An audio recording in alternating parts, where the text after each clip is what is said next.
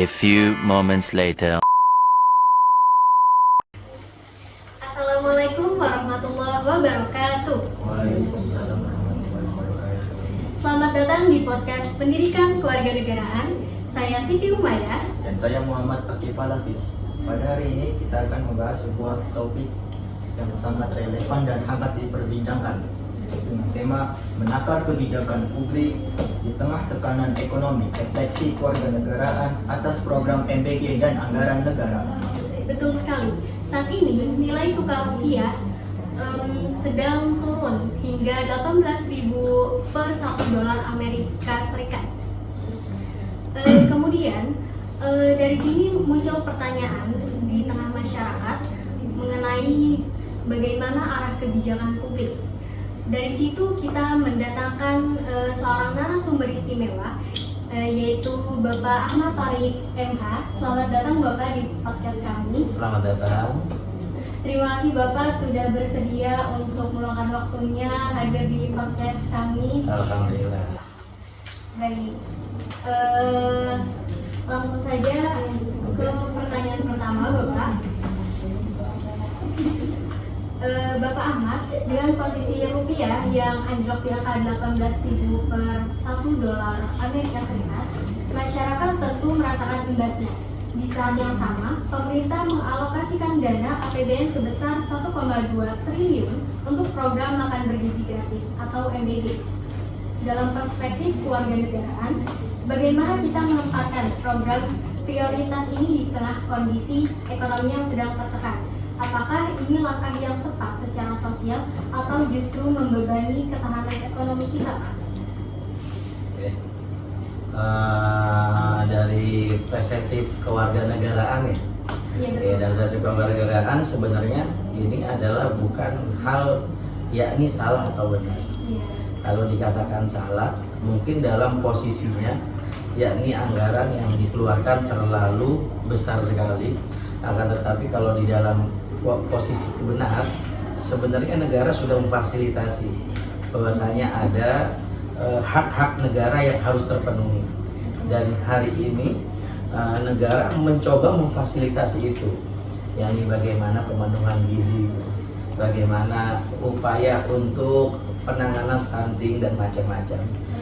Jadi kalau melihat hal ini bukan hal pelanggaran, bukan hal pelanggaran yang dilakukan oleh negara.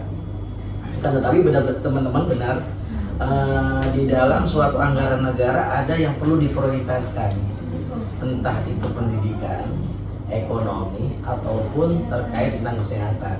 Dan salah satunya adalah terkait ini. Jadi bagaimana pendapat dari Pak Presiden Prabowo, bagaimana pemenuhan gizi dan macam-macamnya melalui MBG, ini adalah hal yang menjadi prioritas hari ini. Akan tetapi yang dinamakan program itu perlu ada yang namanya, yang pertama adalah anggaran itu pasti. Yang kedua adalah bagaimana pembuatan program itu. Yang ketiga adalah pengawasan. Habis itu evaluasi.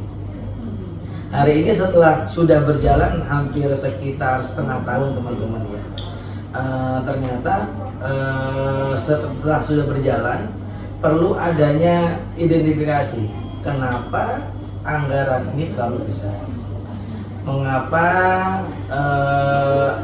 perjalanan MBG ini ternyata ada yang kurang tepat. Kalau kayak seperti di Tangerang, di beberapa daerah atau di beberapa sekolah mungkin tidak terlalu membutuhkan MBG. Akan tetapi di daerah Tangerang yang sekolahnya itu di bawah garis menengah ke bawah, ataupun di daerah-daerah yang dia termasuk 3T yang tertinggal terdalam itu. Nah, itu seharusnya yang diprioritaskan. Saya sempat agak-agak aneh ketika lagi agak-agak mengherankan kenapa MBG ini langsung ke 3 sekolah. Kenapa langsung 3 sekolah? Kenapa tidak tahun ini jikalau program ini adalah prioritas misalkan ya, kenapa tidak dari SD dulu? Tahun ini kita coba di tingkat sekolah dasar, kemudian di tahun kedua kita tambahkan di sekolah menengah pertama. Kemudian tahun ketiga sekolah menengah atas. Nah, sudah pasti di dalam perekonomian, jadi Menteri Ekonomi sudah menghitung itu, sudah menghitung bagaimana sebenarnya MBG ini membebani apa enggak, berjalan atau enggak, kan sudah dihitung masing-masing. Itu lagi-lagi bukan ranahnya kami untuk membicarakan hal demikian kan ya. Sebenarnya ini tepat atau tidak tepat sih gitu. Tapi kalau dari kewarganegaraan ini sudah bahasanya negara memfasilitasi itu. Negara memfasilitasi bagaimana siswa sebagai siswa bahasanya anak bangsa, anak bangsa itu mendapatkan gizi yang tepat. Jadi gizi yang tepat, mendapatkan nutrisi yang makanan yang intinya tidak ada kelaparan. Itu negara sudah memfasilitasi. Kalau misalkan kita melihat teman-teman di negara-negara lain begitu, kalau kita lihat di negara-negara lain misalkan seperti India dan India, tapi India yang jarang terlihat di video-video ya gitu. Kalau mungkin teman-teman melihat video yang bahasanya yang agak-agak kumuh-kumuh, tapi kalau di India yang selatan ya, itu kan MBG sangat bukan MBG, makan gratis pada program anak sekolah kan berjalan. Bahkan beberapa bulan yang lalu Indonesia studi banding bahasa begitu. Jadi ke sana untuk melihat bagaimana sih makan gratis untuk siswa di sana berjalan. Memang berjalan bagus begitu, berjalan bagus begitu. Negara berupaya untuk membenahi itu. Di mana letak kesalahannya, bagaimana caranya MBG ini berjalan dengan baik gitu. Dan urusan tadi dolar yang 18.000 kalau dolar 18.000 ini kita harus melihat aspek internal dan aspek internal. Kira-kira perubahan 18.000 ini dari negara dalam negeri atau dari luar negeri gitu ya. Oke, mungkin itu aja. Di sini sudah terjawab apa tidak? Sudah cukup terjawab. Oke. Menyambung soal anggaran Pak, data menunjukkan adanya pengeluaran sebesar 1,1 triliun rupiah untuk 56 kunjungan luar negeri Presiden dalam 1,5 tahun terakhir. Publik seringkali bersikap skeptis terhadap efisiensi anggaran seperti ini. Bagaimana seharusnya etika dan akuntabilitas penyelenggara negara dijalankan agar penggunaan uang rakyat benar-benar sejalan dengan nilai-nilai konstitusi dan memberikan dampak nyata bagi masyarakat di dalam negeri. Oke. Saya berusaha untuk positif thinking terhadap negara. Saya berusaha positif thinking kepada pemerintah selama orang-orang yang duduk di jabatan ini berupaya untuk mentransferasikan dana yang sudah dikeluarkan. Untuk dana sampai sekian triliun untuk MBG, ini untuk perjalanan ke luar negeri ya, mohon maaf. Saya ulang lagi. Saya berupaya untuk berpositif tinggi pada pemerintah. Selama perjalanannya itu membawa impact, selama perjalanannya itu membawa hal-hal positif untuk negara kita. Karena yang tahu terkait tentang kerahasiaan negara adalah presiden dan jajarannya, maka hal itu merupakan hal yang wajar jika misalkan menghabiskan dana sebanyak itu untuk keluar gitu. Saya tidak, lagi-lagi teman-teman, bukan ranah saya untuk membicarakan terkait tentang anggaran, akan tetapi negara sudah memiliki hitung-hitungan tersendiri. Nyatanya selama kepemimpinan Pak Prabowo, khusus untuk ke luar negeri begitu, khusus untuk menyambung silaturahim ke luar negeri, banyak nilai positifnya. Saya tidak membicarakan berita hoax yang terkenal di luaran. Contoh misalkan terkait tentang Indonesia membayar untuk masuk kepada organisasi apa yang didirikan Trump? Iya, Board office. Nyatanya ternyata Indonesia tidak mengeluarkan dana sama sekali. Begitu. Ternyata seperti itu pernyataan dari Menteri Luar Negeri. Artinya selama ini kita selalu bagaimana kita diadu domba dengan pernyataan-pernyataan yang mungkin tidak dibenarkan. Tapi teman-teman, sebagai mahasiswa atau sebagai masyarakat, kita harus tetap memberikan tekanan kepada pemerintah untuk mentransparasikan dana tersebut, untuk bagaimana uang tersebut, uang yang tadi dikeluarkan benar-benar dimaksimalkan. Jadi ada sedikit ketakutan, ada sedikit mempres dana ketika kita mulai bergerak atau kita mengkritisi, selama pengkritisannya itu benar. Tapi misalkan kita salah, lagi-lagi banyak sekali orang yang mengkritisi tanpa mempelajari isi dari pengkritisannya tersebut. Begitu teman-teman. Jadi selama itu nilainya positif, menurut kami tidak dipermasalahkan. Karena sekarang kita bisa lihat bagaimana misalkan impor atau ekspor, kita melihat katanya sudah satu jalur. Itu kan hal yang sangat wah sekali gitu. Dengan hal-hal yang lain lah, bagaimana negara ini masih aman di dalam keterpurukan internasional. Bagaimana misalkan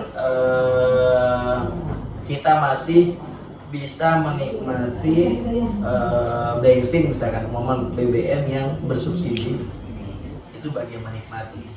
Kalau kami yang sebagai orang yang sudah memiliki gaji misalkan begitu, yang sudah tidak menerima untuk tidak pantas untuk disubsidi, jangan pakai yang BBM subsidi begitu. Sekarang cuma kita bisa mengukur diri nih, kalau memang orang itu pantas untuk tidak menerima uang tersebut, ya jangan memakai hal yang subsidi. Begitu. Jadi teman-teman, intinya negara sudah punya hitungan dan saya berupaya untuk berpositif thinking terhadap keputusan negara. Oke. Pertanyaan selanjutnya. Oke, silakan. Terakhir Pak, terkait pemberdayaan ekonomi di akar rumput, ada alokasi sekitar 684,9 miliar untuk koperasi Desa Merah Putih. Sebagai penutup diskusi kita, bagaimana Bapak melihat potensi program koperasi ini dalam menjaga stabilitas ekonomi rakyat? Dan sebagai agent of change, apa peran konkret yang bisa dilakukan oleh mahasiswa agar program-program pemerintah ini berjalan transparan dan efektif? Ini pertanyaan yang agak sulit teman-teman. Pertanyaan yang agak berat karena Koperasi Desa Merah Putih ini sama dengan MBG, sangat ada celah-celah untuk bisa dipermainkan. Jadi sekali lagi, dalam Koperasi Merah Putih dan MBG itu ada banyak celah-celah bisa dimainkan. Jadi peran kita sebagai masyarakat atau mahasiswa harus terus mensuarakan dengan caranya. Kalau zaman dulu is okay dengan turun jalan atau dengan audiensi. Hari ini sudah banyak cara untuk bisa memviralkan hal itu. Untuk membicarakan untuk memviralkan hal itu. Sama dengan misalkan yang dilakukan oleh Gubernur Maluku. Gubernur Maluku itu bagaimana dia mencari data jalan rusak. Itu sangat mudah sekali dengan cara media sosial, dan itu juga bisa berlaku untuk MBG maupun tadi Koperasi Merah Putih yang tidak semestinya diletakkan di suatu tempat yang terpencil ataupun di pedalaman. Dananya pun ternyata sebenarnya misalkan untuk bahan-bahan pokok A, B sebanyak ini ternyata sepi-sepi aja di dalamnya. Teman-teman bisa mempublikasikan ini, sehingga mengkritisi ini, memviralkan bagaimana caranya terserah. Bagaimana? Karena ada banyak cara. Kadang-kadang teman-teman pemerintah ini harus viral dulu baru ada perbaikan. Maka kalau misalkan caranya sedemikian, ya kita ikuti. Jadi bagaimana teman-teman? Jadi menurut kami turun jalan masih relevan, tapi masih kurang gitu. Lebih relevan lagi bagaimana meng-up hal-hal yang tidak sejalan dengan aturan negara atau kemauan presiden, itu di-up sebanyak-banyaknya dan sekuat-kuatnya. Itu untuk menjadi jalan perubahan. Jadi bahasanya itu yang di kewarganegaraan butuh adanya dorongan dari masyarakat. Jadi misalkan negara ini memfasilitasi pendidikan, benar gak sih negara ini memfasilitasi pendidikan? Apa yang menyebabkan pendidikan tidak berjalan di negara ini? Seperti itu. Dan itu yang harus selalu dievaluasi dan di-up oleh mahasiswa atau masyarakat yang lain. Demikian teman-teman. Luar biasa sekali pemaparan dari Bapak Ahmad Thorik. Dari diskusi ini kita bisa menarik benang merah bahwa kebijakan publik sebesar apapun anggarannya harus senantiasa mengedepankan kedaulatan rakyat dan akuntabilitas. Program seperti MPG dan koperasi desa memiliki niat yang baik, namun pengawalannya adalah tugas kita bersama. Benar sekali. Sebagai mahasiswa, kita tidak boleh hanya menjadi pengamat yang pasif, melainkan harus kritis dan objektif dalam mengawal penggunaan APBN di tengah tantangan ekonomi global. Sekali lagi terima kasih kepada Bapak Ahmad Thorik MH. Semoga diskusi kita hari ini memberikan wawasan baru bagi kita semua dalam memaknai PKN. Saya Muhammad Akif Hafiz. Dan saya Siti Maya, mewakili seluruh rekan kerja kelompok 1. Pamit undur diri. Terima kasih banyak atas perhatian teman-teman semua. Assalamualaikum warahmatullahi wabarakatuh. Ya.